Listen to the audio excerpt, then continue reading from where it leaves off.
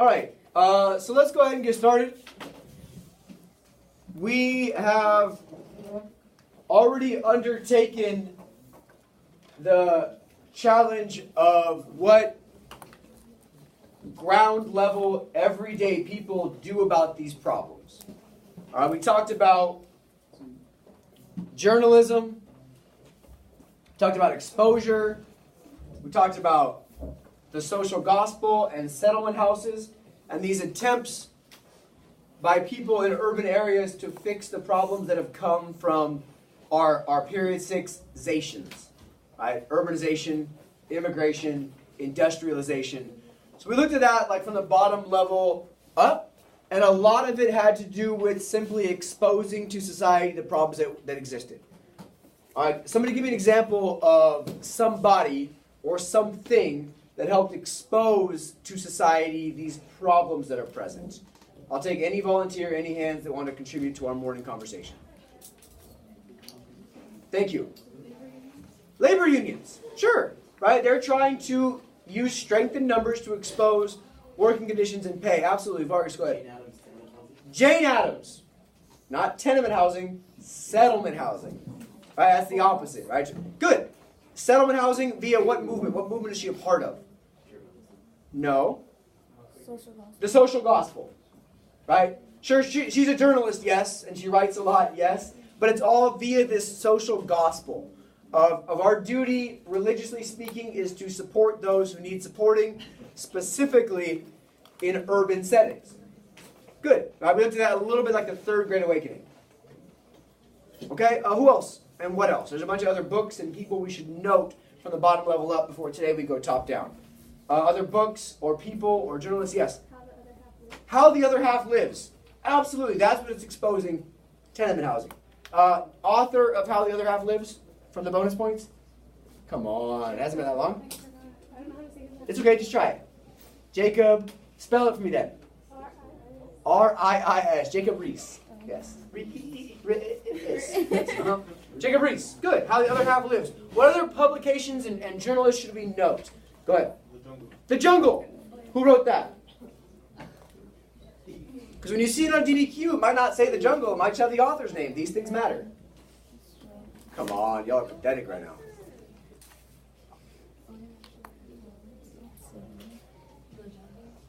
Not The Jungle Book, George. Upton Sinclair. No, that's right. Upton Sinclair, The Jungle. Good. There's Lincoln Steffens, who writes The Shame of the Cities, exposing political machines in urban places. He uses Philadelphia as an example, but we can use that exact example in New York and Chicago and all these big cities. And who is the very important cartoonist we should note as well? Thomas Nast. Thank you. All right, you guys are back on my good side as a collective third period. Thomas Nast, exposing Boss Tweed, the Tweed Ring, the Tweed Machine in New York City. So those are all regular, everyday people, and much of their movement comes from exposure, right? Showing society what's actually happening beneath this veneer, this shiny gold surface of the Gilded Age, right? Showing that underlying crust of decay and disgustingness. So we worked on that in period 6 as a direct correlated response to industrialization, to urbanization, to immigration. So today we're going to circle back to the presidents that oversee this time period, and we're going to see what does the government do in response. I thought it was important to look at the personal response to industrialization in the unit on industrialization. I think it's important in the context of period 7 to circle back to it in terms of what the presidents are doing and the government is doing about these things. Now, we talked about 4 different presidents on Monday. We're going to talk about the exact same 4 presidents today, but instead of on their foreign policy, we're going to talk about their domestic policy. So who are those 4 presidents? Who's the first one we're going to talk about? Before Roosevelt, McKinley. Yeah, good. And he's not like the others, but he's still important because he gives us Roosevelt. And then you said Roosevelt, good. And then Taft, yes. We're going to look at his bathtub today. And then Wilson, good. Good. So just like, and this is going to be a correlation I'm going to want you to draw within it today, just like they all have a different approach to foreign policy, they all have a different approach to domestic policy as well. And I think you're going to be able to draw a parallel between what they want to do foreign policy-wise with what they want to do domestic policy-wise. So just as a starting point, what was, we're going to ignore McKinley for now, what was Roosevelt's foreign policy? What was it called? No, the foreign policy for imperialism. Big stick. Big stick. Thank you, T-squared. Big stick diplomacy. Use force. Use the government to enforce what you want to do. What was Taft's foreign policy called? Guys, it was just from Monday. Your inability to retain information is so sad. What? Yes, it was the carrot, but what is the carrot? What is he using for the carrot instead of the stick? Jesus Christ. You guys are embarrassing me and you're on video. So really you're embarrassing yourselves. I know, Monday was a long time ago. No. No, that's here. Dollar diplomacy. Thank you, Scarlett, for saving all of third period. Dollar diplomacy, and what was Wilson's? Moral diplomacy. Thank you, Montes. Moral. So that's how they approached other countries. How to get what we want done in other countries. Now we'll look at the same presidents and how they get done what they want done here, at home, in this context of the progressive era. So today's lecture is titled The Era of Roosevelt, because his fingerprints are on basically everything that happens, all the way through World War I. We'll do World War I on Monday. So the presidencies of the era of Roosevelt and the progressives in the era of Roosevelt. Your key concepts really focus on the progressive era and what the response is to corruption, to economic instability, and to social concerns. And in general, the progressive era is called for, is categorized by a call for more government action. Use the government to fix society's economic problems, political problems, and economic problems. And that's going to really help as we answer our prompt today, which is as follows. Evaluate the extent to which progressive efforts impact the role of government. How much does the role of our government change? What is our government doing economically they weren't doing before? What is our government doing politically they weren't doing before? And what is our government doing socially they weren't doing before? So the progressives want more government control of everything. Let's see how much they're successful. How much does our government's role change? And the answer from your reading, ideally, should be to a moderate to large extent. The government does a whole lot more stuff in the 19-teens than they did before. And that's important. We passed some amendments, we passed some laws. And so it was all important to include in our response about the role of the impact of the progressives. Here's your outline. It's pretty straightforward for today. We're going to look at Teddy's presidency and approach, Taft's presidency and approach, a very pivotal election of 1912 and how that split the Republican Party. Again, we talked about that happening in the 1880s as well, and that gave us a Democratic president. In the 19-teens, it happens again, and we get a Democratic president, one of two throughout this whole time period of really Republican-controlled presidencies. We'll look at Wilson, who is that Democratic president, and then we'll end today with the legacy of the progressives. What legacy did it leave on society? So, let's begin. When I say the word progressivism, take 20 seconds, talk to your partner. What does that connotate? Right? It's important that we root our conversation in understanding of the term that we're talking about anyway. So what is progressivism? What does it mean to be progressive? Take 20 seconds and chat it out. Go. So we as opposed to the progress, we're thinking of moving forward and creating change and with all these improvements with all these reforms.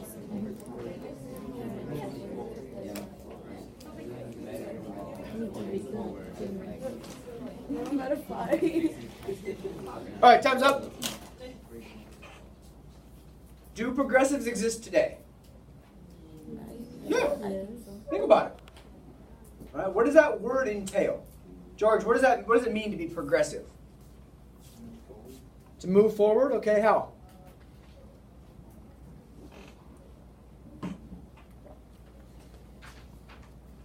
Ventura, what does it mean?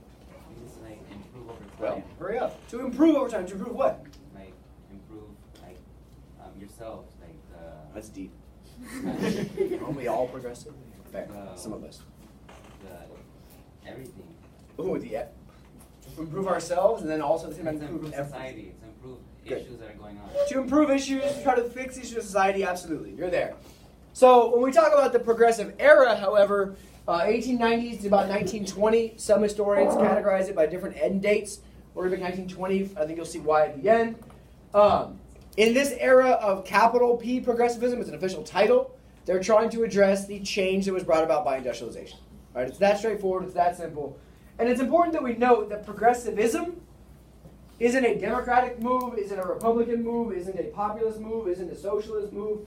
It is just a move by a wide variety of people that are simply, like George said and Ventura said, looking for change. Not a unified movement. They do not have a common agenda. There's no like big meeting of progressives where they sit down and say, these are the 12 things we want. Right? The populists are a much more organized movement. Right? They put out the Omaha platform. These are the changes that we want. We want to get off the gold standard. Right? We want an income tax. We want direct elections. We want all these things. The progressives are more wide with a variety of different reforms that they seek to address problems.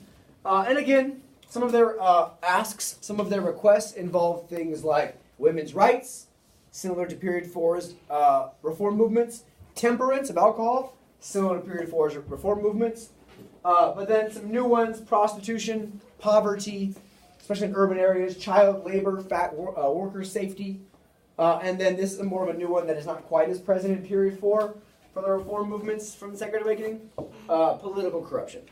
So the fact that our democracy doesn't feel quite as democratic as it should. So there's Democrats, Republicans, and Socialists that all find different reasons to support what is progressivism. Some reformers are local. Let's fix the problems in Chicago, Jane Addams. And then she grows bigger as time goes on. Let's fix the problems in this meatpacking factory, right? Upton Sinclair. Others go for statewide changes, and others still look for national type reforms. So it's important to note that progressivism takes many forms, many arenas, many avenues to try to incite the types of change that they want. Because again, it's simply a movement that is addressing problems that are created in society. If we want to really pick a start date for progressivism, I like to pick the Panic of 1893 as a good starting point, simply because that is what really exposes a lot of the flaws of the Gilded Age. Right? The Gilded Age does look quite shiny up to this point, despite the realities that you guys know are present underneath. But the Panic of 1893 is what really exposes to the rest of society what's happening on the ground level with many, many people, politically, economically, and socially.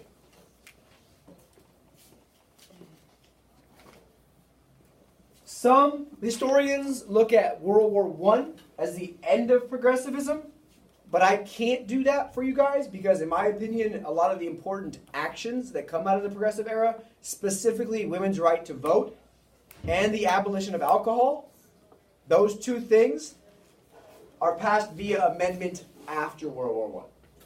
So it takes some of the changes that happened during World War I to really get the final push over the hump for those two things. And then I believe that is really the end of progressivism.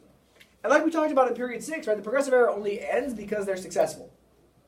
Right, it ends because they did what they said they were going to do. They banned alcohol. They got women the right to vote. They got a lot of child labor laws. They ended monopolies. They did all the things they said they were going to do, and it's like, okay, cool, let's pack up and go home. Right, and that also ends because people on the ground level lost their desire to reform society, and that way it can be similar to like a Reconstruction, where people just kind of run out of steam in trying to change society, and then society doesn't change. So the progressives are both victims of their own success and victims of the longevity that change takes. Change takes a long time. Right? Ask my wife when she changes her clothes. It takes forever. Right? She goes through 3, 4, 5 different outfits. It's ridiculous. But changing society takes even longer than that. So there's some themes that I think we should be able to attack. The first is the idea of optimism. That society is worth fixing, that we can fix it if we try hard enough. There's this belief that is very present in American history and progress. Right? There's the reason that we've had movements since day one. Right? Alexis de Tocqueville. Americans, when they see a problem, they get in associations, they try to fix the problem. Right? It's important we note that. That there's this optimism that's present in American society that's not present oftentimes elsewhere, because there's this belief that we can fix things. Right? The things that I title for this belief is investigate, so see what the problem is, educate the public what the problem is, and then legislate. Figure out the problem is, show it to society, and then pass a law that fixes that problem. Then rinse and repeat. Right? We can see this present throughout period 6 with things like the Sherman Antitrust Act, New York City trying to put windows in each of their tenements. These are types of things that are investigated and educated and legislated. Cool? Another theme is the social gospel. The social gospel, whether directly or indirectly, is present in every single one of the progressive era reforms, because it's this Christian belief and duty that it's our job, Jesus said so, to end poverty, to end inequality, to make sure everybody's happy.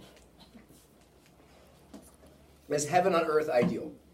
That's present in period 4 with the Second Great Awakening as well.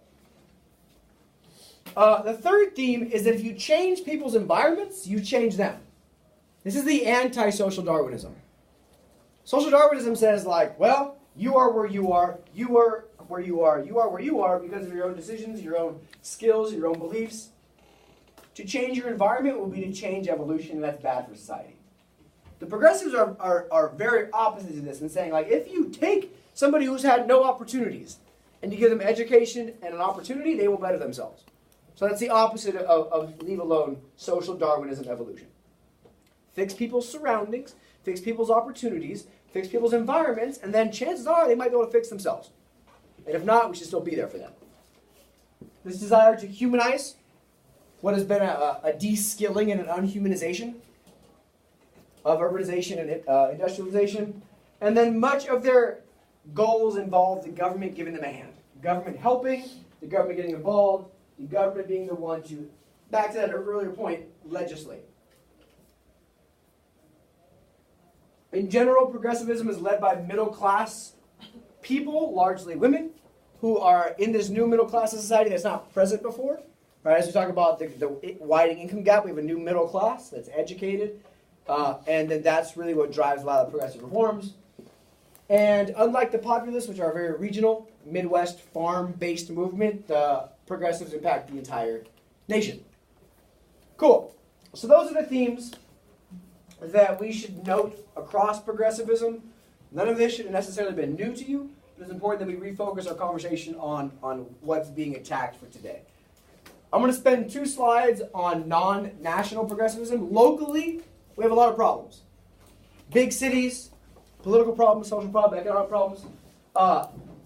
One way to attack these political machines is local progressive reform with things like more control, more government control of public utilities. Electricity, water, these social services that political machines are trading with immigrants. The argument is we should politically control those things. So we see in local areas, large cities, public parks, playgrounds, sanitation services, schools, plumbing, municipal services. All these local things that could be traded for a vote are now going to be provided by the city. One of the problems that the political machines capitalize on is the cities have grown so fast, the cities can't support the needs. Well, the cities kind of get their you-know-what together, and they start supporting people's needs as needed. And then passing zoning laws. This is super boring, but it matters. Right? Zoning laws are where you can build houses, where you can build businesses, where you can build factories and industrial stuff. Right? That matters because now you don't have a bunch of people living like right next to a factory that's super unsanitary and unsafe and unhealthy. So now we see in cities up to this day, like you can't tear down 4 houses, bless you. You can't tear down 4 houses and put up a gas station. You need to do a bunch of studies and environmental studies and all this other stuff. You can't turn on a gas station and build 4 houses. Because you need to do studies on the soil. Has the soil been contaminated? Is it safe? Is it toxic? What's happening here? Should people live here in this zone? Likewise, we can't just knock down the next 4 houses and put an oil refinery. Because there has to be studies on what happens for the people around, for people's health. That comes from zoning laws, and that helps deal a little bit with the power that the political machines have by giving that power back to the cities to hold themselves. But to make sure the cities aren't corrupted by the political machines, we start electing our city council directly by voters instead of by appointment. We start hiring city managers, not as an appointed position, but as a nonpartisan, non-political party appointment. So really this is the local effect of getting rid of the spoil system. The Pendleton Civil Service Act didn't apply to city officials, it's just federal government officials. But that Pendleton Civil Service Act creates this precedent that we shouldn't just be passing out jobs to people that we like and supported us, but to people that are elected or qualified. So it removes this idea of partisanship, of patronage, of the spoil system from local government. So we can apply both of these things as kind of parallels to the Pendleton Civil Service Act.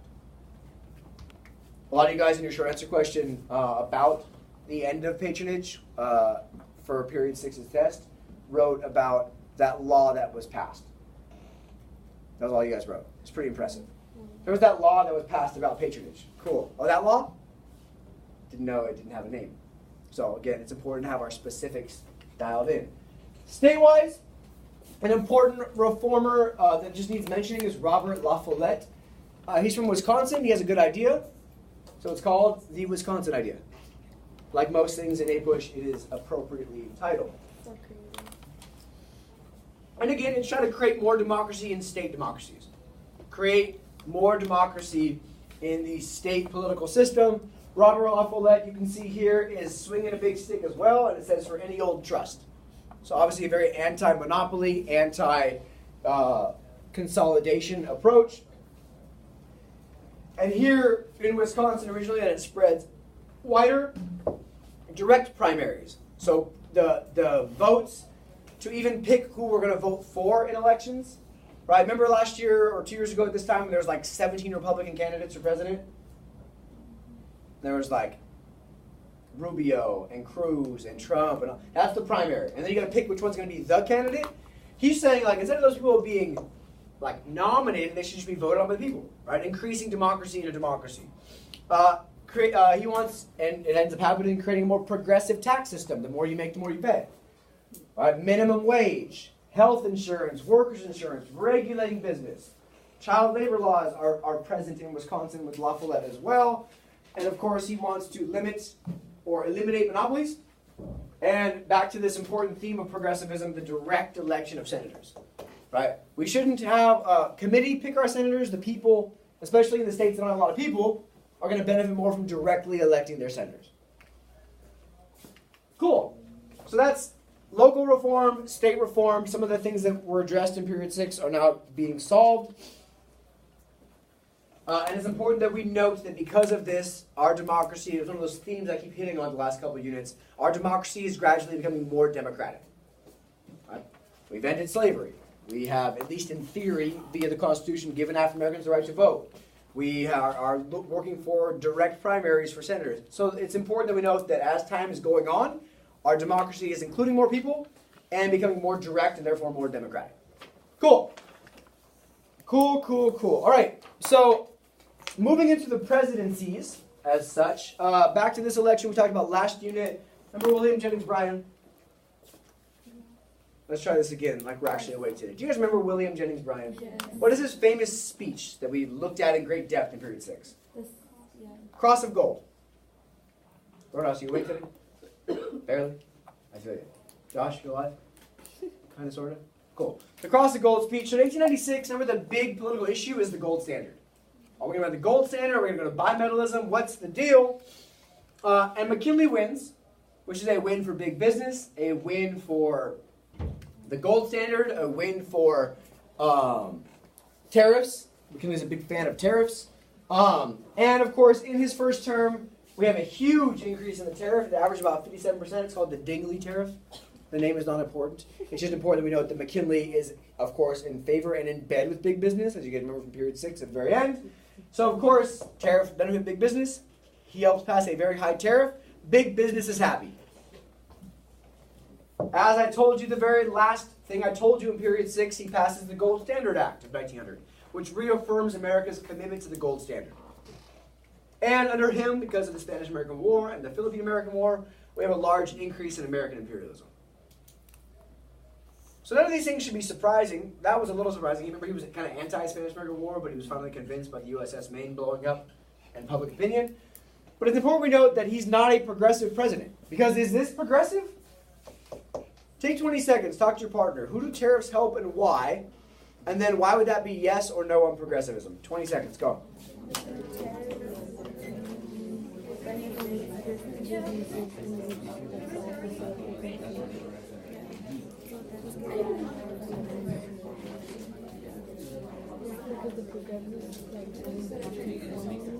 You know, like when people Yeah. read about like can't believe this. All right. Want this? Who do tariffs help? Big business, the rich. Sure. So is that progressive or no? No, why not? Good. Progressives are trying to help the lower class, middle class. Tariffs don't necessarily do that. Absolutely. Same with the gold standard. Right? It's not the rich that are asking for bimetallism, for adding silver to our currency. It's the farmers that are struggling. It's the urban workers. Good. Good. So McKinley, despite being president during progressivism, during these muckrakers that I heard mentioned earlier, he's president during the progressive era. He's not a progressive president. Is that fair to say? Cool. In 1900, he runs for re-election, because it's been 4 years, and that's how elections work. Who does he run against? William Jennings Bryan. I told you he's not going to go away.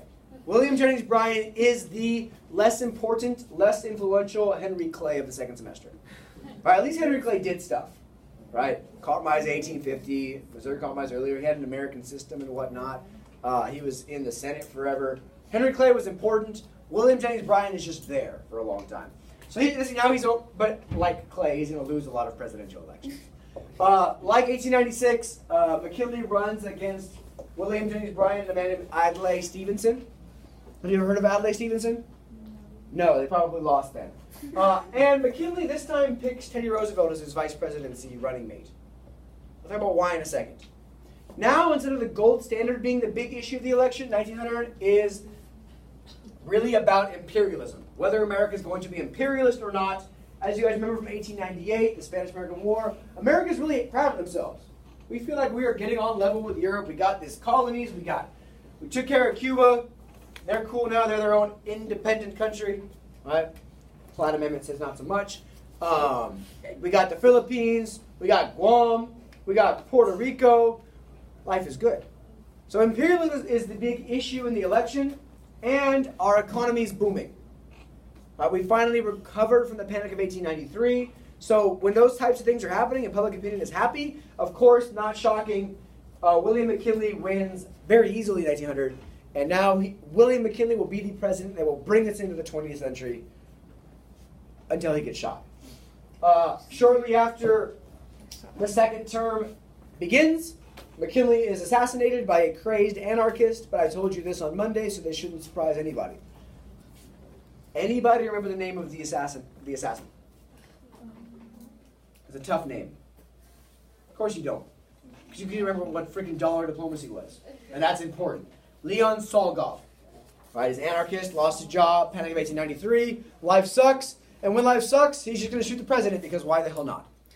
That's the solution to all of our problems. Now, the important thing now for his second term is not this guy, it's this guy.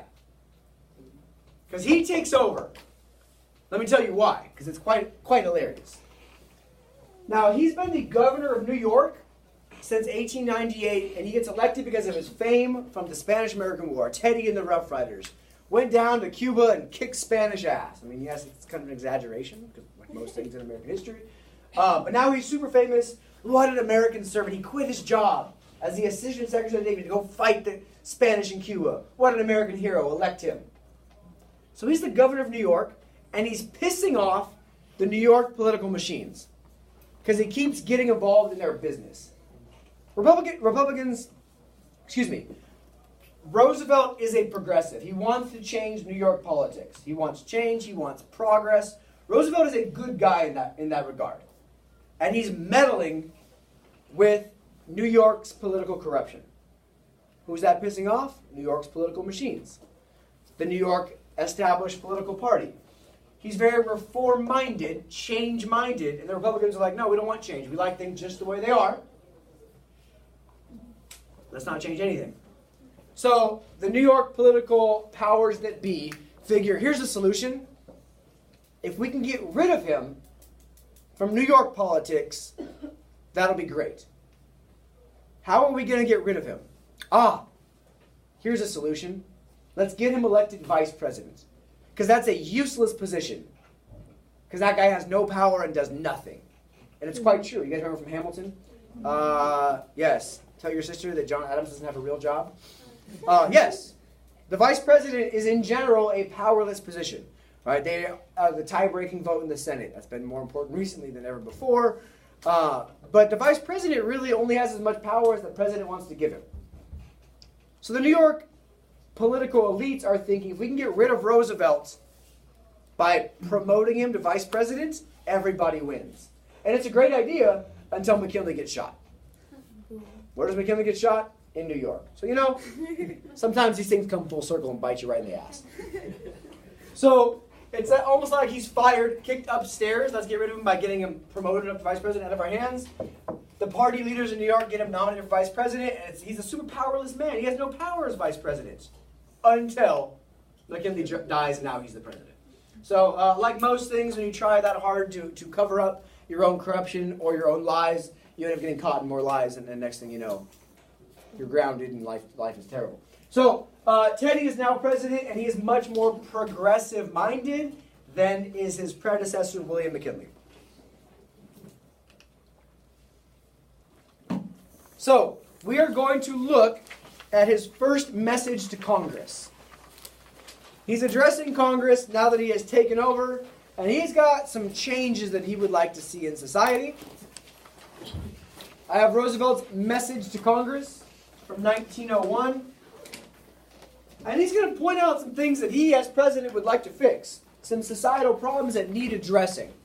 I'm going to give you 6 minutes and 30 seconds to skim it. And answer for me what problems are present in society and who does he blame for those problems.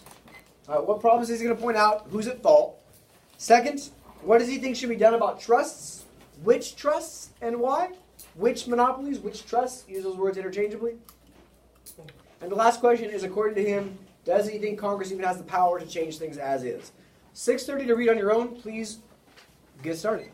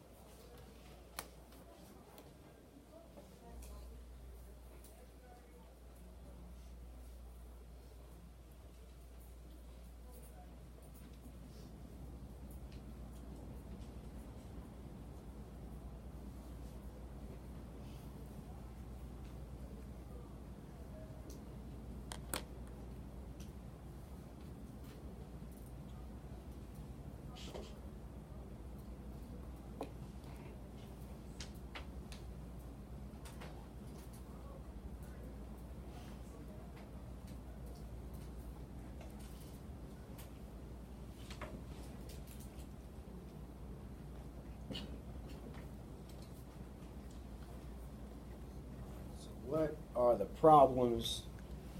What are the solutions?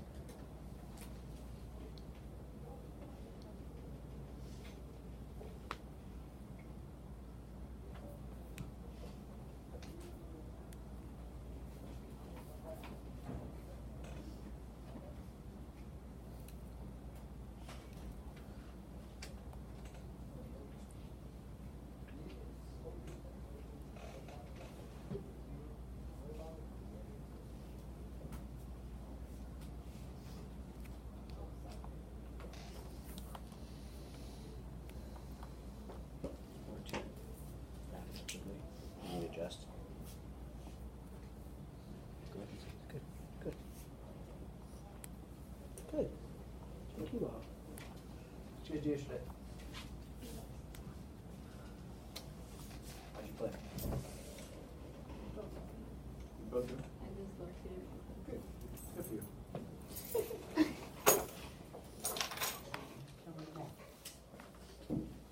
Sports injury is good. Means you did something.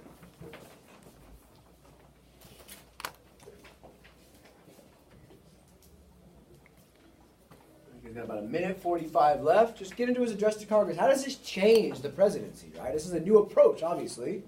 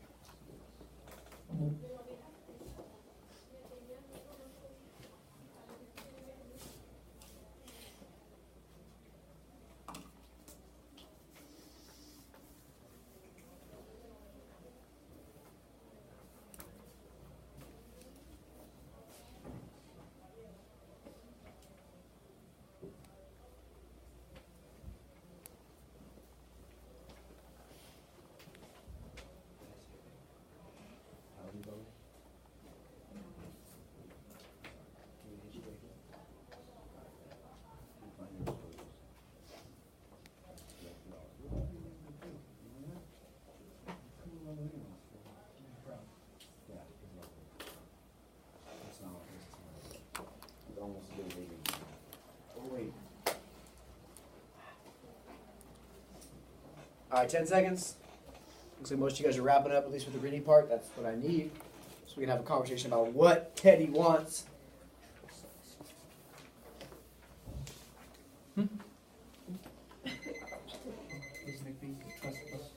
Yes, the trust buster. Good. That's fair.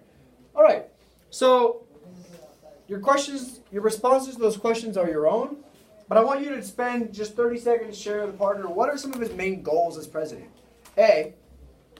And B, how is that different than what we've seen out of the presidencies of the Gilded Age? How does this mark a change in American society and politics? 30 seconds, go.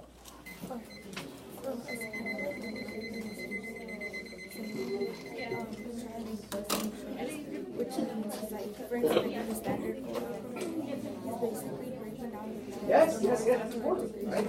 Into different companies so that they could compete with each other so there won't be monopolies. Yeah, and also like he says like in the beginning, like he blames the business because it's like he thinks, well, like here, I thought that he blames the business for those policies because the policy and price, like he said right here. 3, 2, 1, and you're done. Josh, give me the big picture. What are his goals for his presidency? I think his big goals are basically to like fix all the problems that were present in the Gilded Age.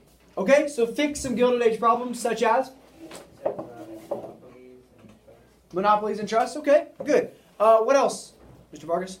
Oh, Abigail, go ahead. Your hand popped up. Just more government, the government more involved in The government more involved via what? It's an R word. the what type? It's an R word. How does the government get more involved? Regulations. Good. Yeah, you're right. The government gets more involved. You're very right. I just want to be more specific. More government regulations, more government hands-on. And how was that a change in American society and politics? Jesus, how is this different? How is this different? How is this approach different than what we saw for the rest of the Gilded Age? This is different because it's going to be more, I guess, helpful for the people in the public than just basically putting it on one side of the public. Okay, so it's more in favor of the people and the public, whereas our previous presidents have sided with who, Syra? I'd love to.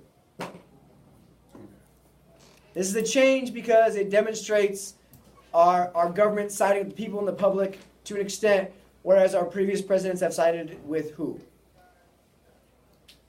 You want to help her out?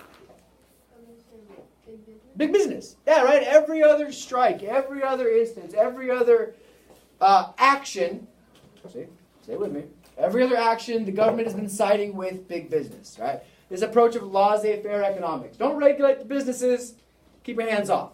So this demonstrates a change because, at least to a small to moderate extent, he's demonstrating a willingness and an ability to put some regulations on businesses, get more involved in businesses, whereas up to this point it's been a full laissez-faire approach. Good. Well done. So these are his goals. And again, the president's actions and his goals are two very different things. And I was promised a wall by now. A big, beautiful wall paid for by Mexico.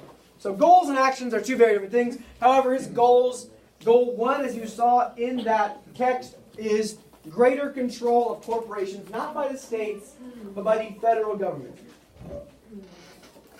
He wants increased power and enforcement by the Interstate Commerce Commission, supposed to enforce that Interstate Commerce Act, the federal government regulating businesses that do interstate commerce.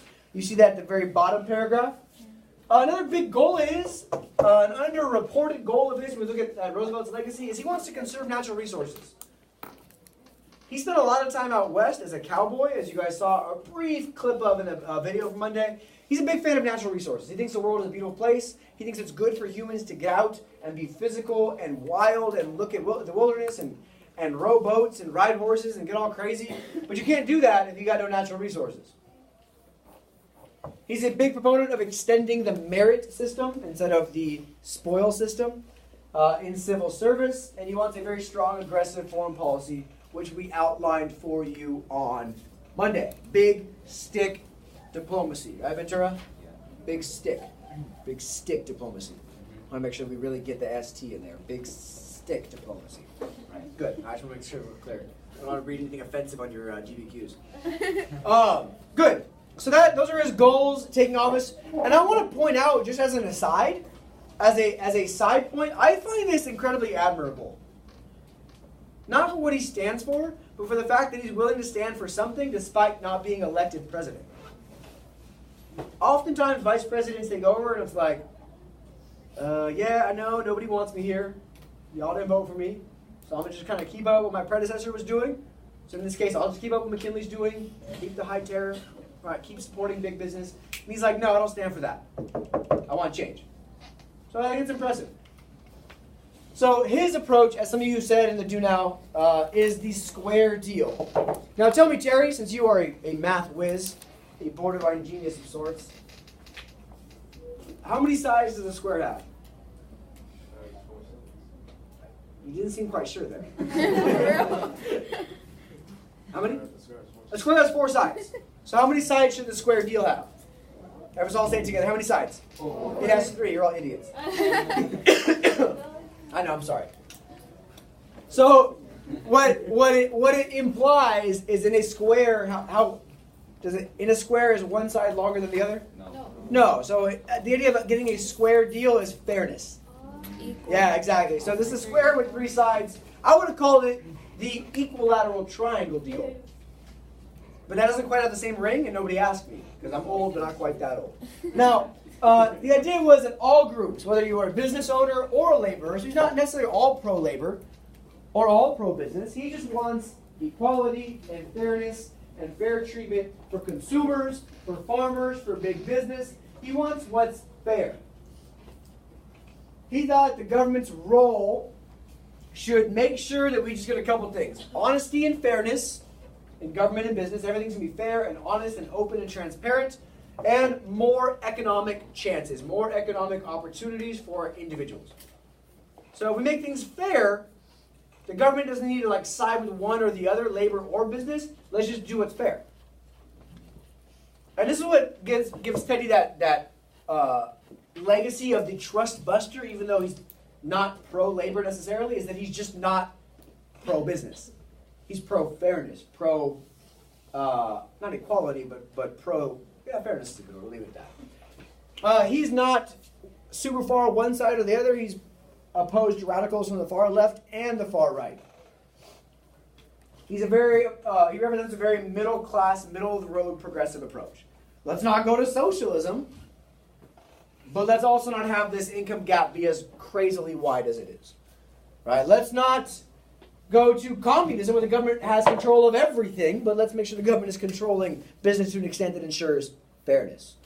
So if you associate Teddy's domestic approach to the square deal with fairness, then I've done my job for today. And this is important. He's really the first president with a domestic change policy legacy. Well, we can actually say this is the name of his domestic policy, the square deal. Subsequent presidents like FDR during the Great Depression and his New Deal. That's important. Woodrow Wilson's idea of a new freedom. That's off of this legacy of having a name and an approach for your domestic policy. Truman's Fair Deal after World War II. LBJ's Great Society. Are all these approaches by presidents to try to package all the things they want to do into one big nice title and then create a domestic policy legacy comes off of what Teddy does in his 1.5 terms as president. So these are the 3 C's of the square deal. Control corporations by attacking, if you ran in your text, he doesn't want to regulate every trust. Some trusts he said are good. Some trusts are doing good by society. Regulate and control the trusts and monopolies that are irresponsible. 2, protect consumers. Second C, consumer protection. The Meat Inspection Act that comes off of the jungle. Remember the rats scurrying over? Now you turn the lights on and there's just rats just, yeah, enjoy. All right, it's burger day. I don't know, maybe. Yeah, but the idea of rat fecal matter just sitting on top of your piles of meat. We have the Food Inspection Act, the Meat Inspection Act, thank you, the Food and Drug Administration as well, to help consumers be protected. People that buy things should know what they're buying and that what they're buying is fair and safe and is what it says it is. Now if I go to the grocery store and I buy ground beef, turns out it's ground beef. Not ground horse, not ground somebody's right arm that fell in, not ground 70% beef, 30% rat. You know, it's important that these things are what they say they are. And the last part of the C is to conserve the conservation of natural resources. Teddy is largely responsible for expanding our national parks, our national forests that are protected from things like mining, drilling, paving. All of these things that take away from our natural resources, he's one of the first proponents of saving them. Right, there's John Muir, an important name in that conversation as well. Pinchot as well. There's a bunch of important names, but they all come off in this legacy of Teddy. How are we doing? Okay? Keeping you awake? Love it. Good, good. So, Teddy is different than Taft or Wilson in that he believed that only bad trusts should be regulated. He didn't think monopolies were a bad thing, per se. He thought monopolies that took advantage of their monopoly to do bad things by society, those are a bad thing. So he realized that monopolies as a whole aren't necessarily all good or all bad, but the ones that are bad need regulating. He's remembered, as Ramos just pointed out so eloquently, as a trust buster, as a president who breaks up monopolies. And that is true to an extent, but it's not quite as true as what the title would have you believe. Northern securities versus the U.S. is an important one.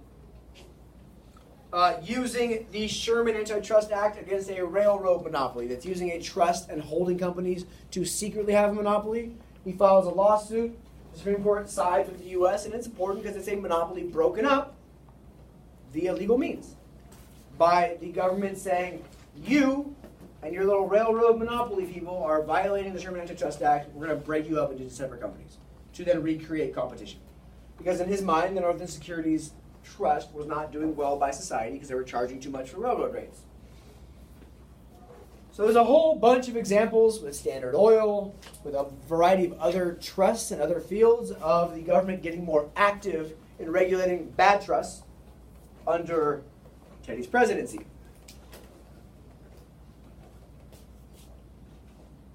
The Supreme Court ruled in 1904, 9-person Supreme Court, 5-4, that they had to be broken up. It's a big success for the consumer, for society, for capitalism and competition. Cool. So here's a very famous Teddy cartoon. I will give you 2 whole minutes. Is that enough time for you, Eric? 2 minutes? All right, cool. to identify what's the point of view of this cartoon, and also what's the context. Practice that context. Set the stage for what's happening around this cartoon that helps make this cartoon make sense. 2 minutes. Use the person next to you. Go.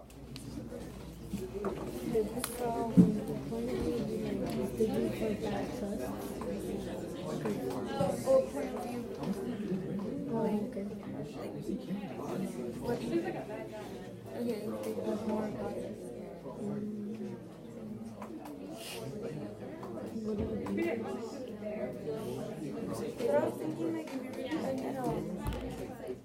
the trust, like, they look like little innocent bears. Don't you think? Yeah. What is it? It looks like In the corner like that. restraint. Work on your context. What's happening around? Okay. 1 minute. Just do the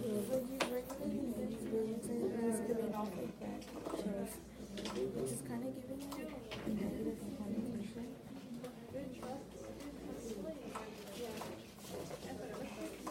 And I think that you're kind of scared. Restraint. I don't know. We'll figure it out.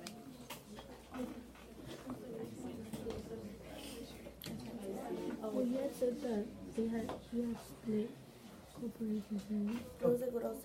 Yeah, so then you can see how like they're being split. I'm glad you got a clearer version.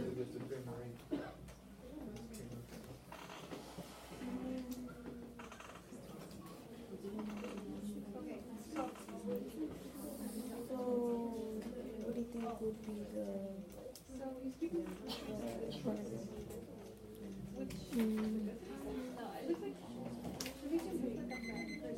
All right.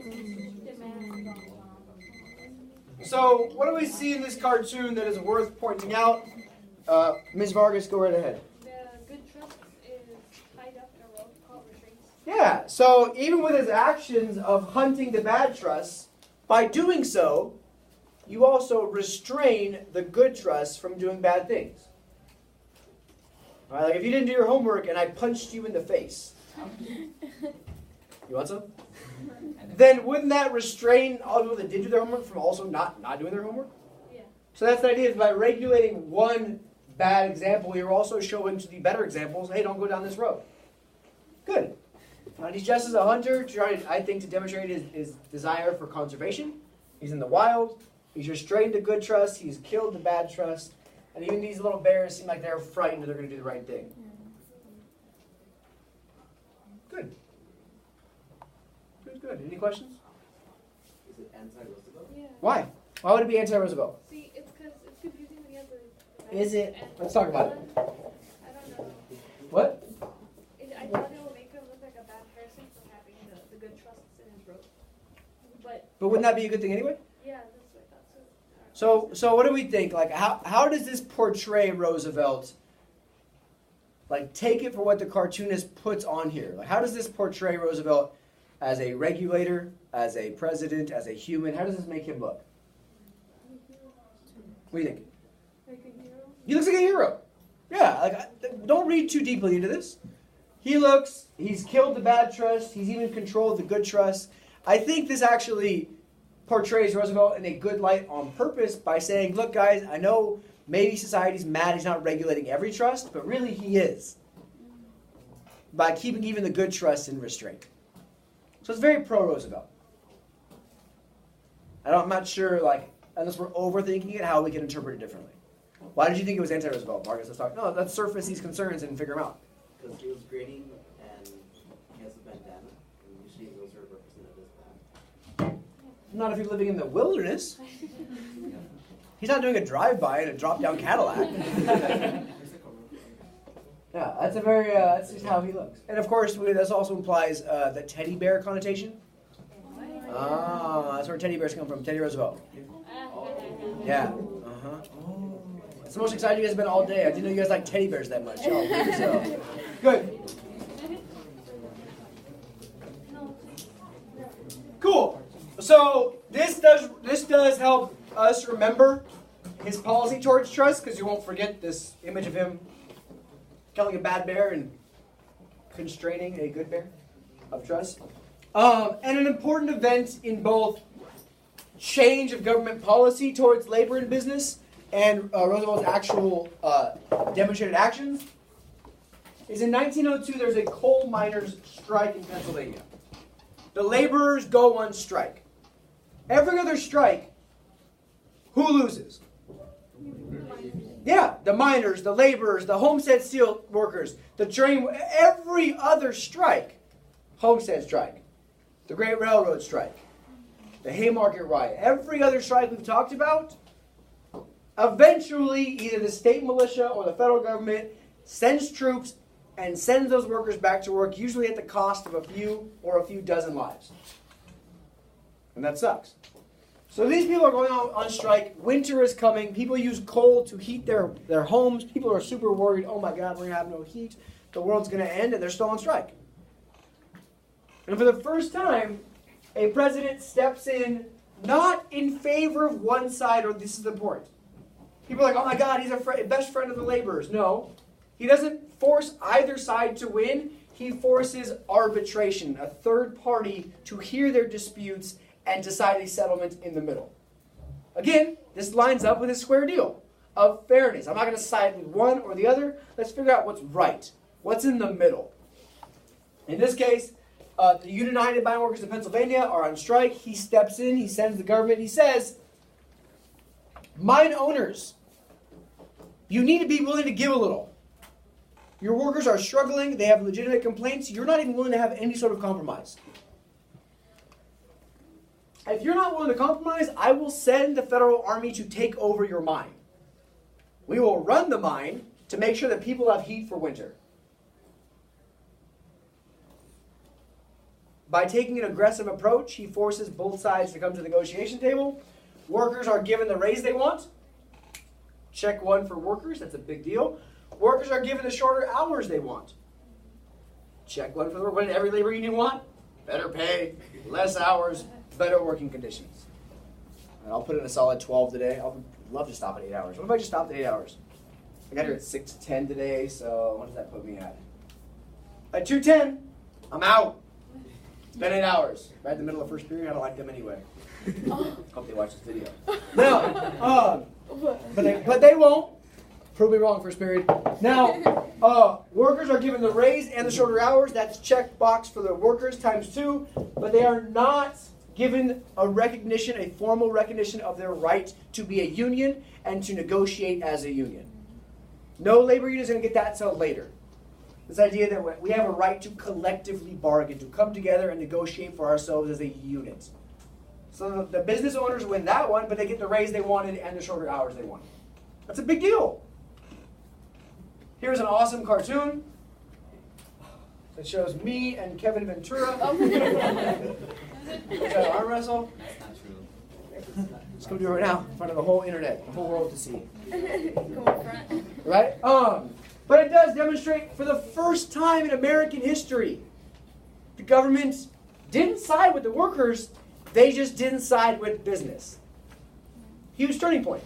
Right? Teddy didn't come in and say, give the workers everything they want. He said, come in, sit down, shut up, let's negotiate. You guys got to yield, give up some things on some things. That's important. And this is a really important way of looking at two different ways to look at Teddy's actions. I don't have it on your notes. I don't need you to do anything with it. I just need you to spend 2 minutes with your best friends next to you. Sandy's like, where's my best friend at? Trying to figure out what two point of views are being compared here. And how does that really demonstrate who Teddy is as a president? Okay? 2 minutes.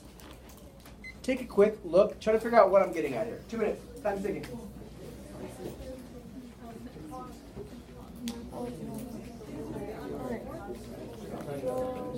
So on the left hand Is it like right when I was right here?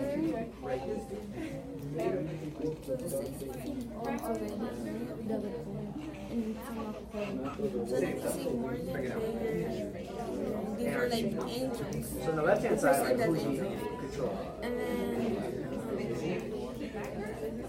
what is it Fair, So it's kind left. of forcing Ordered. them, And look at the top. Forcing them to like suppress, right? So it's kind of like victimizing businesses, where you're like, it's kind of Who was the supervisor? look like a bad thing. Big business, yeah, right. It's just the map of the world. It's just Pennsylvania. They don't think about anything outside of Pennsylvania. And here he is, like schooling. So this cartoon is pro who? But then does Roosevelt, also pro- don't you think that he was bringing them to control? Anti-big business. Therefore, it's pro-labor, right? And then this cartoon is anti-exactly. So somehow he's coming out that both sides think they win. What? And they're two very different cartoons.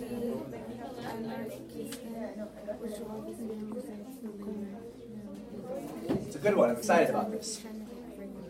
20 seconds.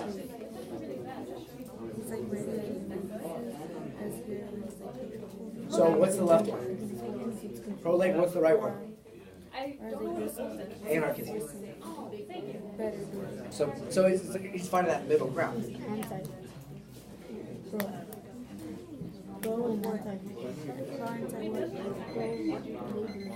All right. So let me halt you here. Point out some things. We have a cartoon Roosevelt and the New Yeezys. This is good. It's the primary classroom for coal barons. What does barons imply? Carla.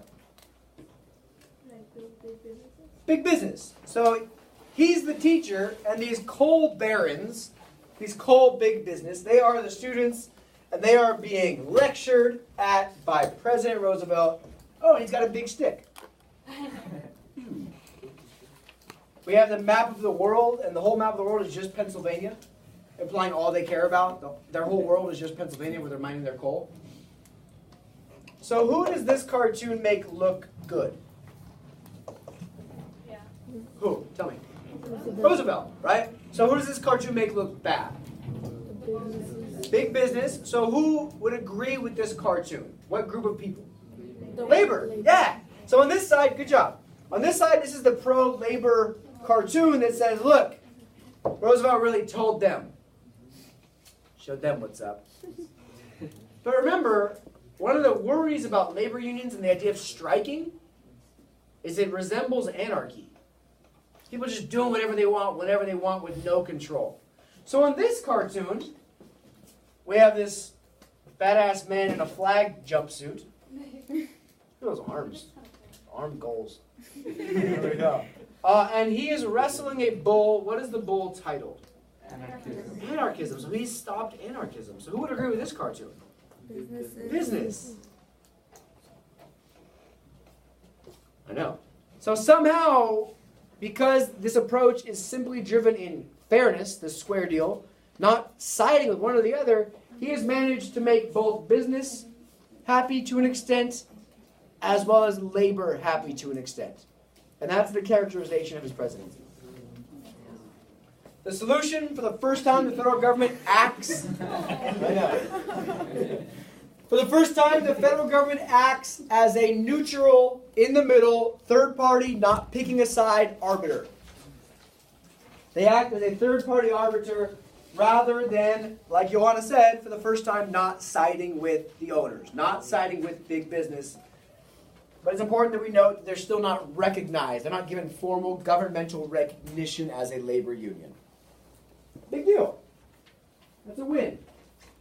It's a win for everybody.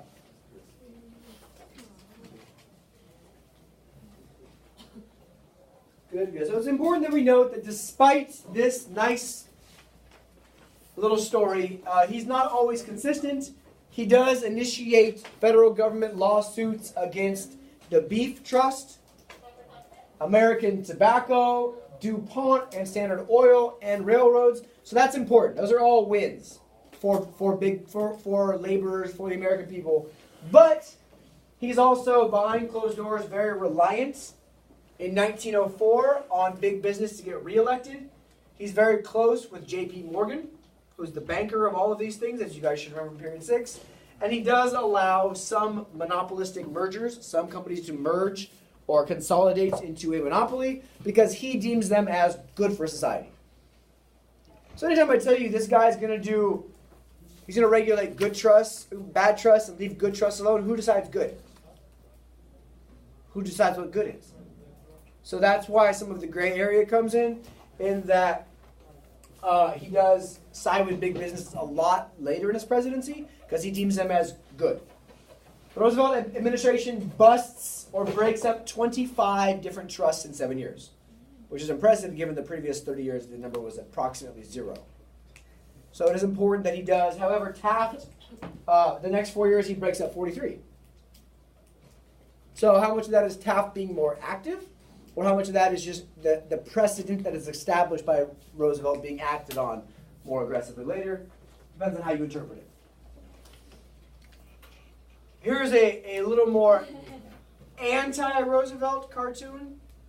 Here we have the trusts. And this is, I know it's a random human Cortelyou. He is the head of the Republican National Committee. So it's his job to help this guy. Who's that guy? Teddy, right? Help him get reelected. So here we have the Republicans relying on trusts for money to help him get reelected. So that's kind of the downside. The other side, potentially looking at him using J.P. Morgan for advice and for finances and for resources. But in general, the Roosevelt presidency is important because it demonstrates a turning point in the American government's regulation of business. Other important accomplishments, under him, the Elkins Act is passed, which ends those trading rebates between railroads and farmers and big business, which favored big business over small farmers. The Hepburn Act is passed, which is very important because it gives the Interstate Commerce Commission, one of its goals, the authority to set and control railroad rates, how much a railroad could charge to ship things. That's the Hepburn Act, very important. Of course, the most famous example is the Meat Inspection Act, which all passes because Teddy Roosevelt reads The Jungle. Right? Imagine the president reading a book. Sorry, don't put it in. Imagine a president reading a book and then doing something about it. So now we have government inspectors going to make sure that there's no rats crawling over your meats. Lovely. And the Pure Food and Drug Act, just as important here, is that drug companies and food companies need to list their ingredients on the labels. Look at your things today. Mr. Wong bought some Girl Scout cookies, apparently. I know, not mine. I won't fit in my shirt if I eat all these. Peanut butter, sugar, enriched flour, vitamin B2, vegetable oil, cocoa, invert sugar, cornstarch, salt, sorbitan, I can't even pronounce that. Soy-lecithin, leavening, baking soda, monocalcium phosphate, natural and artificial flavors, whey, and partially defatted peanut flour. Partially? Wait, partially? I'm gonna start calling some of you guys partially defatted. Not even good. I'm not on a diet. I'm just partially defatted. So yeah, but as a prime example, there we have all of these ingredients that are in this cookie listed. That's from the Pure Food and Drug Act. And it's important also legacy-wise, as he is the first conservationist president. Our current president, whether you love him or hate him, is the opposite of this, right? He has just taken away federal lands from Utah, the Bears Ears National Park. And therefore, you open it up to things like drilling and mining and exploitation, right? There's no right or wrong there. It's just your own beliefs about what the earth is here for. Creating 5 natural wilderness areas, convincing Congress to ban lumbering, or chopping down the trees to sell the wood in a good chunk of the acres of government land. And this is actually going to be what causes the split between Taft and Roosevelt, is different beliefs on what to do about the environment. Cool. So here is something I like to show every year.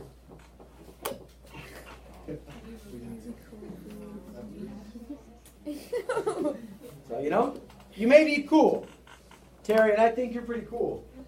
But you will never be as cool as Teddy Roosevelt riding a swimming moose. You actually do. Oh, yeah. Now, apparently it's a doctored photo, but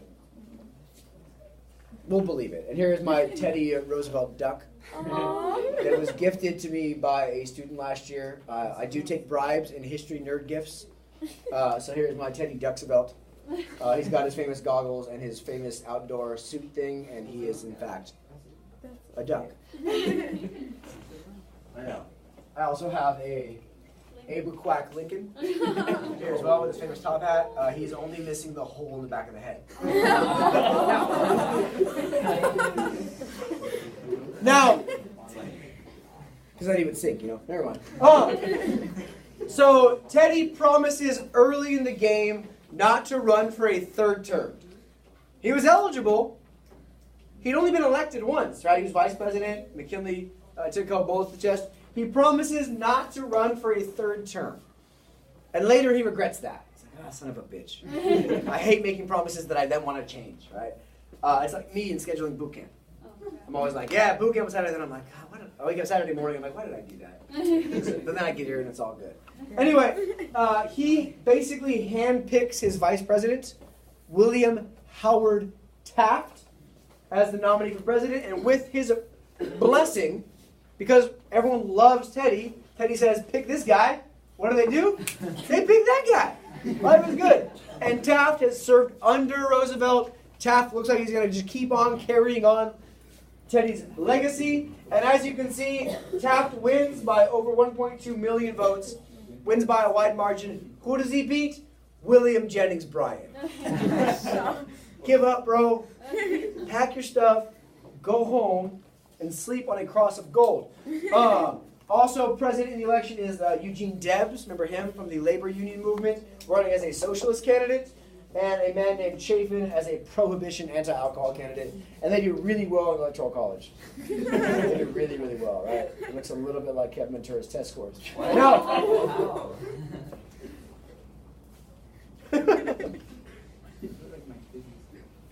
However, problems for Taft. Taft is not Teddy. Nobody's Teddy. Right? It's hard to follow a famous, popular dude at anything. He says, I feel a little bit like a fish out of water. I hate the limelight. He doesn't like attention. His dream in life is to be a Supreme Court justice. Because there's no attention on them. They can just uphold the Constitution, do their job, work to support the government. It's arguably just as important a position as president. But he doesn't want the attention, doesn't want the limelight. Only person in American history to be both president and Chief Justice of the Supreme Court. Later in life, he gets appointed to the Supreme Court and works as a Chief Justice. So he actually serves as the head of 2 branches of government. Pretty impressive. As you can see, the Republican support is coming from where the Republican support has largely often come from in this time period, whereas the Democratic South is still supporting these ideas of Jennings Bryan and a bimetallism, a less progressive approach is happening throughout the South and a little bit in the West, where Bryan was most popular in 1896. And Taft is now president. That is moved into the White House for William Howard Taft. There are 4 humans in that bathtub. I could fit 4 humans in my bathtub at home, but it wouldn't look nearly as comfortable as this guy. It's a huge bathtub. You know why? He's a huge man. The belief that he got stuck in the bathtub in the White House, that's why they had to install this, is an urban legend. However, had they not installed this, he would have gotten stuck in the White House bathtub. He's a large dude. These are the 4 men that are installing it, and they look quite comfortable. There's plenty of room in there. What happened? Terry, you want to get in with them? Sounds like Terry's asking to get in the bathroom. But man, I'm not here to judge anybody on what kind of people they bathe with. As long as y'all are clean, we're good. So Taft, unfortunately, is poorly equipped. Taft is not Teddy. He's poorly equipped to continue Roosevelt's agenda because he's less in favor of big government. He doesn't trust the government to regulate businesses. He doesn't have the flair or the appeal of Teddy. Frankly, he's too honest. Some politicians shouldn't be as honest as they are, right? He's too sincere, and he tends to side more with conservative Republicans that want a little less change, more support of big business, instead of progressive Republicans. So he's more conservative in his beliefs of the government's role than Teddy was, and that causes some fissure or split in the Republican Party. A couple things that cause this split. Taft backs a new tariff. I told you tariffs never go away. The Payne-Aldrich tariff of 1809, which makes progressive Republicans angry. Right? The progressive branch wants more competition, force monopolies to lower their prices, benefit the consumer, and now we have a new tariff that then benefits big business. That makes progressive Republicans angry. Quite simple. There is the Ballinger-Pinchot affair, in which they're disagreeing on selling of land that has been set aside for conservation. Taft fires Pinchot, which was Roosevelt's head conservationist, to conserve the environment. And that's what gets Teddy Roosevelt back in the political game, actually. In this case, it's exposed they want to sell the land to benefit big business, and a bunch of corruption takes place. It's very Credit Mobilier-esque. And Taft sides with business over conservation. And that makes Roosevelt quite angry, because one of his favorite legacies of himself is this conservation of nature. And these and other issues, simply the fact that he's not Teddy, they divide the Republican Party, which is always a bad thing for a political party, into a more conservative, old guard, the old style of republicanism, and the more progressive wing like Teddy. And anytime you split a party, chances are the other party wins the next election. Always. Right? Look at the Democrats in 1860. Southern Democrats, Northern Democrats, Stephen Douglas, John Breckinridge. Who wins? The Republican, Abraham Lincoln. Anytime you split a party, now you're taking, let's look at pie. You guys like pie, right? Yeah. Terry, you like pie? I like pie. Who wins? Nobody, it's tied. Now who wins? Let's try this again, like we understand math and pie graphs. Now who wins? Oh, right. Yes, quite clearly. Whoever gets the bigger piece of the pie. So by splitting the Republicans, you leave the door open for the other political party to take over, and that's what exactly happens in 1912. Here's a fantastic cartoon that demonstrates the progressive look at Taft's presidency. Take 30 seconds with your partner and enjoy examining the point of view of this cartoon. 30 seconds, chat it out, go.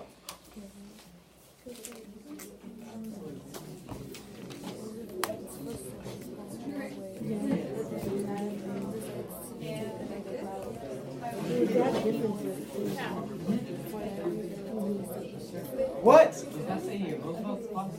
Yes. Yo.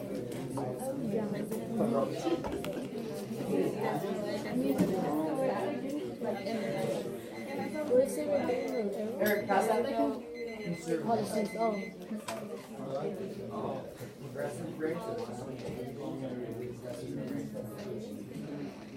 Cool. All right. As you can see, he's a very large man. What is the point of view of this cartoon? Please, let's hear from Eric. Oh, it's anti-Taft. How?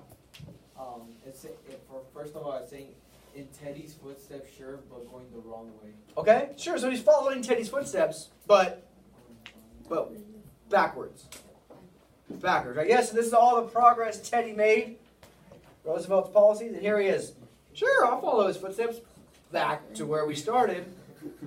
Interesting. Who has bigger footsteps? Teddy. The little things in life, or in this case, the big things. Good. Good. And again, if you look at whose magazine this is, La Follette, does that name ring a bell? Wisconsin Idea, full progressivism. So, of course, that branch of the Republican Party, Robert La Follette, is against Taft, in their mind, walking back some of their progress. So despite these setbacks, the split in the party, Taft has some super significant accomplishments that he does not get enough credit for, in my opinion, and my opinion matters the most in these four walls. So listen up. He pushes through and helps authorize some really significant progress. There's 2 amendments that are pushed through on his watch, they're just not ratified by the states until the next president. So he's like, oh, I don't get credit for that. 16th is the national income tax. Big deal. Big push from the populists, from the progressives, to get people paying taxes that support society. And 17th is the direct election of senators. So now we have two significant, not just progressive changes, progressive amendments. Those are there forever until another amendment cancels them. That's a big deal. So 16th is taxes. 17th is senators. So I'm going to teach you an acronym at the end of this. It's a good one. They pass safety codes for minors, which is a big deal after a lot of minor deaths. They pass safety codes for railroads, and they create the Children's Bureau intended to get kids out of work and into school to support the ending of child labor.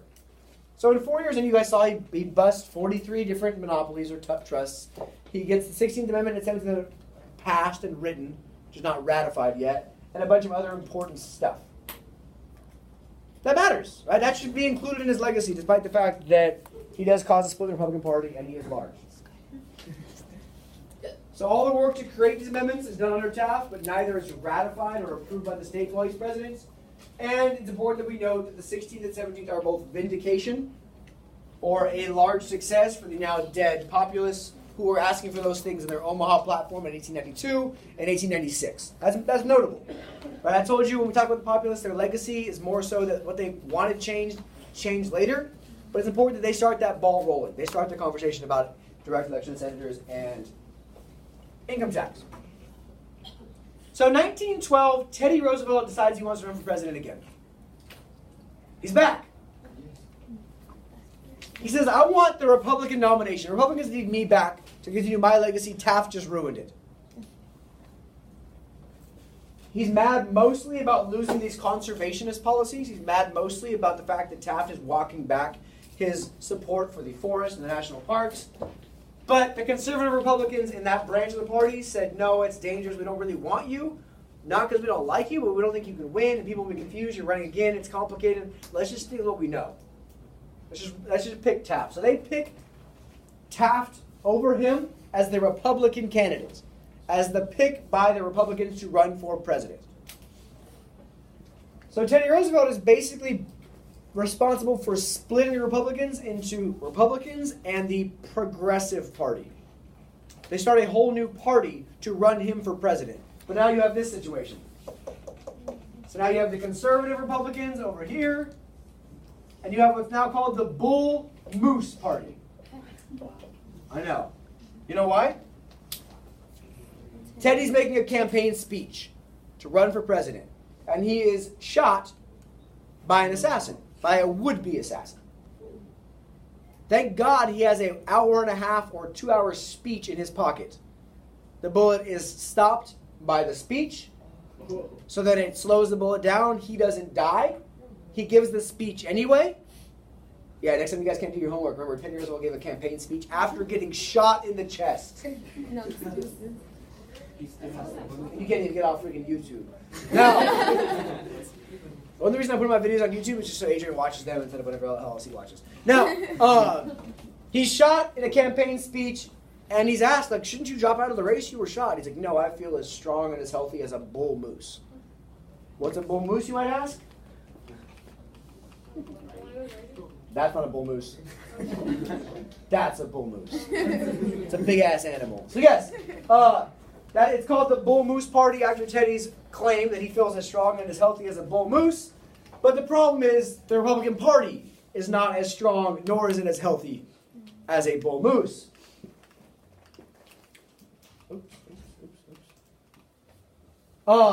Democrats nominate the first real academic, intellectual president in a long time. Maybe since, I would argue, a John Quincy Adams, in terms of a real academic, intellectual president. He's a former Princeton president of one of the most famous schools in America to this day, and governor of New Jersey, Woodrow Wilson. And he's running as a more see, progressives have numerous branches. He's a progressive reformer, but from the Democratic Party.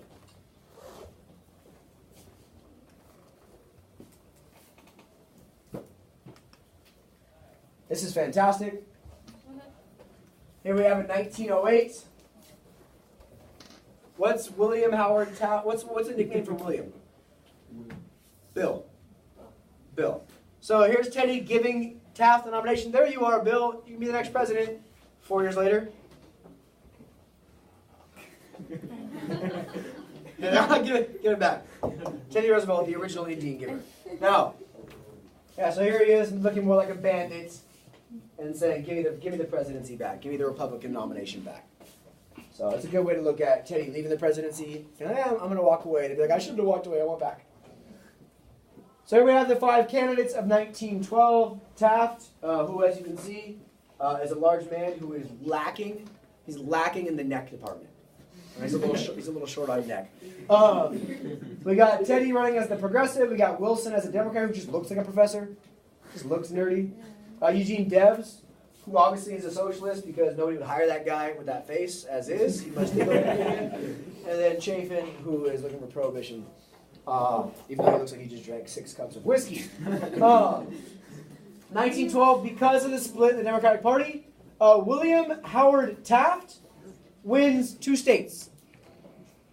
I would argue the Republicans made a mistake by backing him and instead of just letting Teddy do it. Taft wins Utah and Vermont, 2 very important states that together are as many electoral votes as Nebraska, another equally unimportant state. As you can see, Teddy does a decent job. He wins some important states, but because of the split and the way electoral college votes work, whenever you win the majority of the state, you get all those states' votes. Wilson wins overwhelmingly. Wilson wins overwhelmingly, giving us another Democratic president. This is a great way of looking at it. Which party is symbolized by the elephant? Republicans. Remember the Democrats are called the donkey because Jackson was a jackass? Yes. If you divide the Republicans with this crazy bull moose man, you get a Democratic president. So by dividing the parties equals Wilson with his little spectacles on a cool donkey with big ears. But it's important that we note that because of the split, that's why Wilson is elected. Republican Party divided by bull moose equals Democratic victory. So let's look at the way Wilson wants to attack the world. I have a short excerpt of his for you. It is 5 short paragraphs. It's from his his domestic approach, which is called New Freedom. So moral diplomacy abroad, new freedom at home. I'm going to give you 6 minutes and 30 seconds to read it as quickly as possible. And tell me, how does Wilson separate big business from trusts? It's a very important delineation he makes. And why is Wilson so antitrust? He's going to be way more anti-monopoly than Roosevelt was. He thinks there's no good trust, bad trust. Every trust is bad. All right. 6:30. Time is ticking.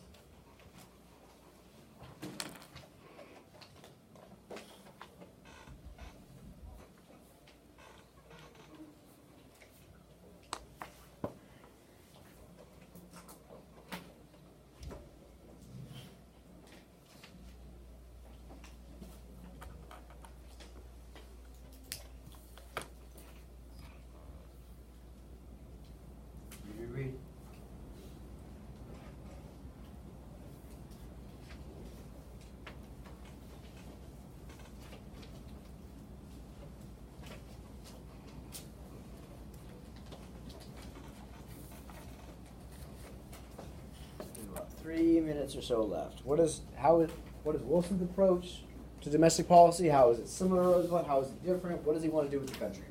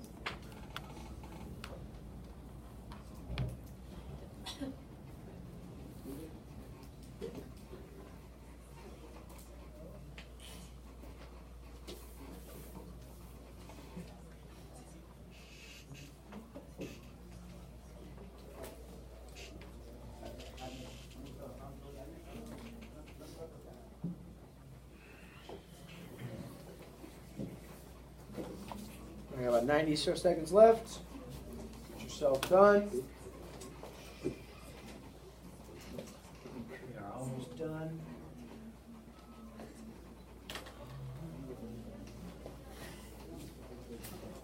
It's a funny speech, huh? Good.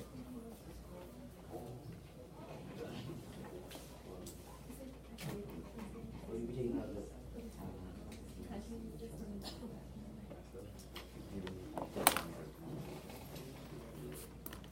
Okay. They're not big business is naturally grown. Yeah. Trusts are artificial. Yeah. All right, I see you there, Mr. Ventura. Hey, no problem.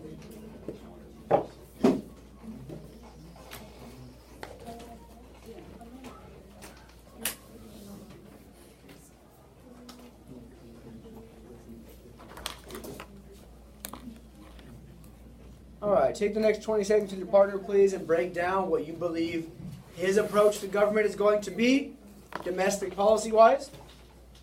20 seconds, chat it out.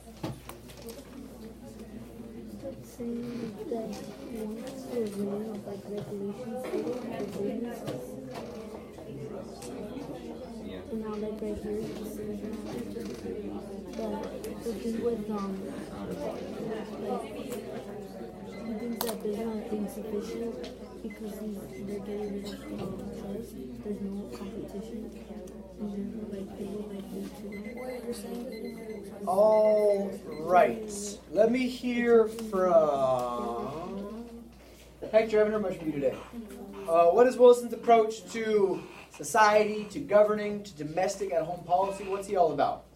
Well, we were basically mentioning like the difference between big businesses versus trust, basically going against trust, saying that they'll make control of other competition out of power while big businesses actually survive. So it's like he's against trust, probably gonna go establish a policy and trust. Good. All right, he says big business isn't a bad thing. Big business survives. I like how you put that. Big business survives competition. Trusts eliminate competition. Super good delineation, and you picked really good words to explain so. So yeah, he's not, and it's important he's pointing out, don't worry, business owners, I'm not anti-big business. I'm just anti-monopoly. I'm anti-lack of competition. Right? It gets rid of the small guy. It makes it so hard for the little guy to compete in small towns. Good. So his big approach, as you see, is called New Freedom. And it has, much like the square deal, 3 aspects we should know. The first is to lower the tariffs. He's a Democrat. As we know in this time period, Democrats are less in favor of tariffs. Lower the high tariffs, regulate big business, and reform the banking system. Regulate banking as a means to give more people opportunities. And that, he says, will prime the pump. Prime the pump for business growth. Add some antitrust legislation, and now we have a water pump that can now create better business. Better big business that can survive competition. Right, so to create business competition for everybody, reducing monopolies, reducing the tariff, create more competition, and that would be good for business across the board, as opposed to before, when it's just good for some businesses that have more control. So he lowers tariffs. He does not believe that any trusts are good trusts, unlike Mr. Roosevelt, but he realizes that it's very impossible to break up every trust. There's too many of them, they have too much power, so he's going to instead work with the government to control big corporations, to add more regulatory standards, so that, yes, I can't destroy all of you monopolies, but I can try to control what you do, which will allow competition to regulate the rest. Under him, we see what's called the Federal Trade Commission. Very important, because it creates legislation that allows the government to investigate companies and order them to stop using unfair business practices and penalize them otherwise. The Federal Trade Commission is an important piece of legacy. And finally, we have arguably the most important piece of legislation passed under him, the Clayton Antitrust Act. It prohibits business practices that try to destroy companies. It gets rid of trusts, holding companies, all of these little sneaky ways that they were creating monopolies. And it does what Sherman does not do. It protects unions and workers' rights to organize. Because the Sherman Act said any group stopping interstate commerce has to stop. So that then gets used against unions. When you go on strike, you're stopping interstate commerce. You're refusing to allow interstate commerce to work. So the Sherman ends up being used against unions, and that's not how it's supposed to be used. The Clayton does the same thing the Sherman does, but goes so far as to protect unions and the workers' right to organize, which then keeps it from being used against unions. That's important. So now we can regulate big business in a way that is equitable and fair without being used against labor unions. There he is, the professor. We passed the Federal Reserve Act. For the first time in a long time, we have regulated and centralized banking. Question for Josh. First time since when? Since Jackson vetoes the bank. Good. Good. And under him, we begin the graduated, or the more you make, the more you pay, federal income tax. He believes in a much strong activist approach to the presidency, and he helps push through a lot of these new freedom ideas of his. The first is the Underwood Tariff Act, which reduces tariffs and creates an income tax. And the second is the Federal Reserve Act, I told you already, regulating the economy, adjusting the money supply, adjusting interest rates, doing economic stuff to ensure economic stability. So we keep having this panic of 1837, panic of 1873, panic of 1893. Panic of if we regulate our money supply, we don't have as much inflation, deflation, overinflation, less of this. The thinking there is that it will create more economic stability. This is a 1% tax for everybody. You pay 1% on what you earn. I would love to pay 1%. Oh, God. But 2% for the rich. That's why it's graduated. The more you make, the bigger chunk you pay. I know.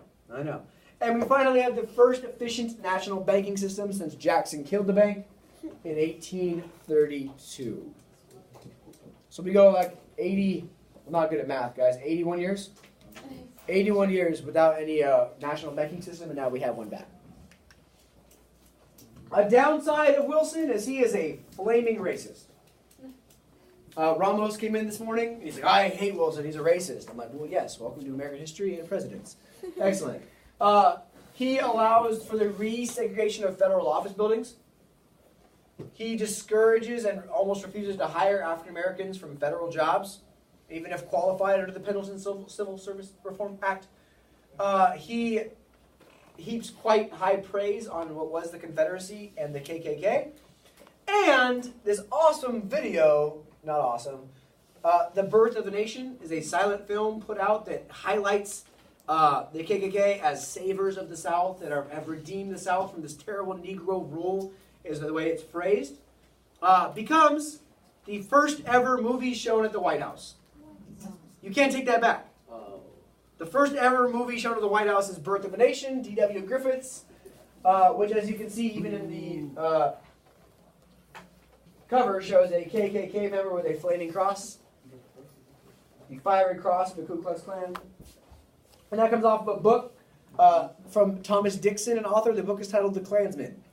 It is a book glorifying the KKK, and it is the first movie shown at the White House. So all this good Wilson stuff, yes, yes, yes. However, there's this as well. So, yes? Why do the KKK burn crosses? Why not? I don't know. Are you asking me because I'm white? Because you look like you know everything, so that's... Oh, when he said because you look like, I was like, where is he going to go with this next? I don't know. I'll get back to you with that, though. So now we are done with the progressive presidents, and I want to take a look at this, though.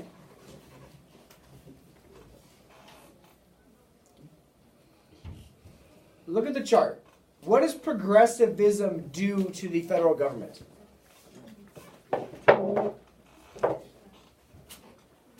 So we have McKinley's presidency, not much change. This is the number of federal employees. How many people work for the federal government? We have Roosevelt's presidency, a big old jump. We have Taft's presidency and Wilson's presidency and more jumps as well. So what does that imply about the effect of progressive reform? What do you need for progress? Not support, not work necessarily. What do you need?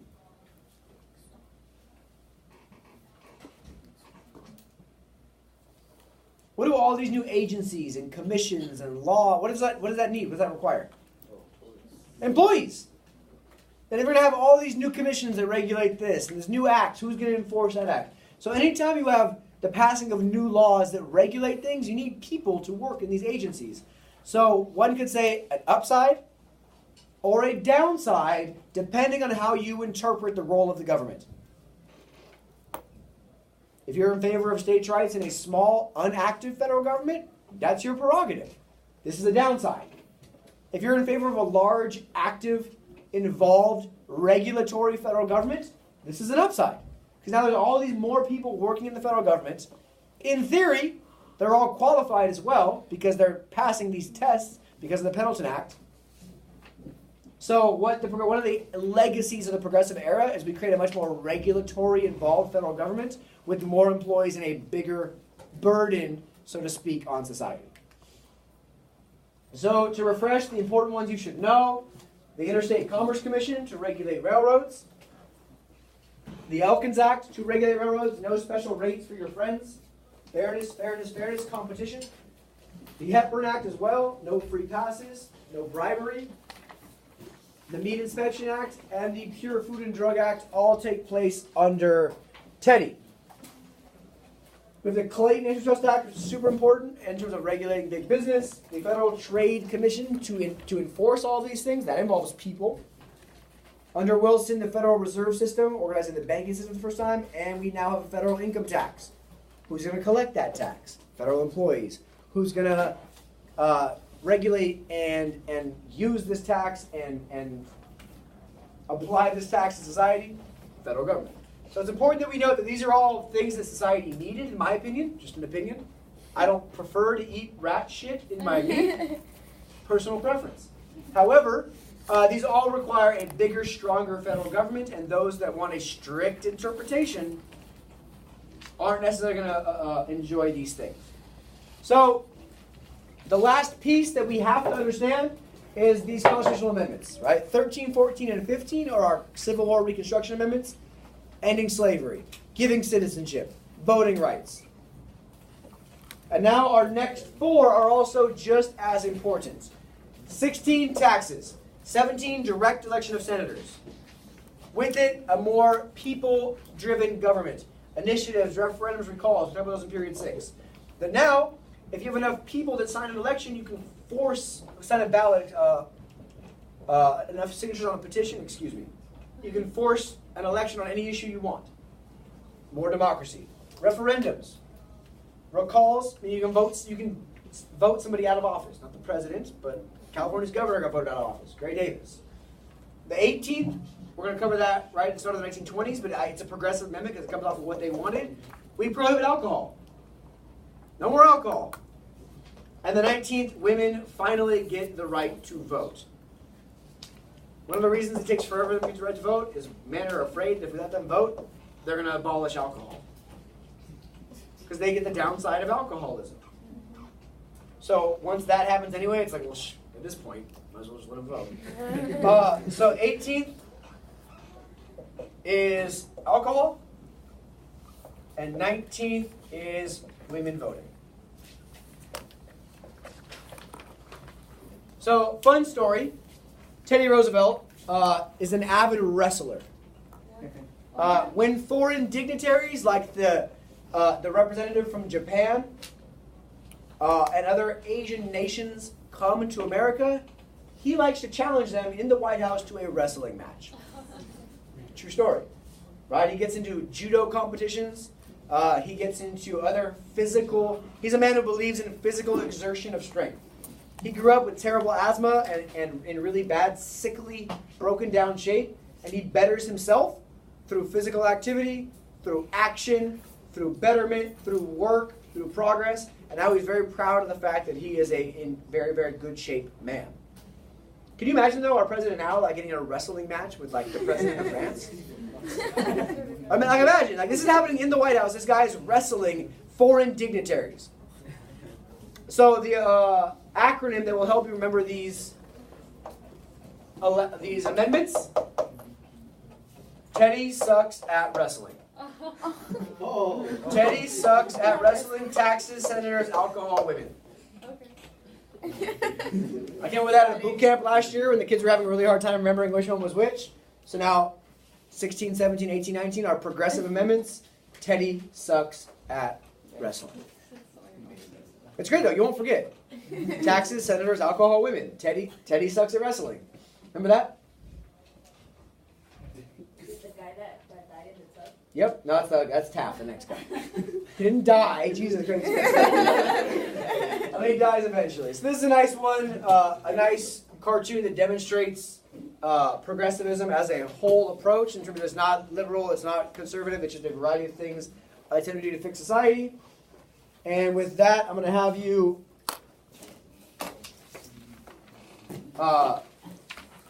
look at the back for how we can contextualize the progressive era and what we can compare it to. I'll pass out your homework. I'll collect your other homework. And we are done for the day because the bell's going to ring in 1.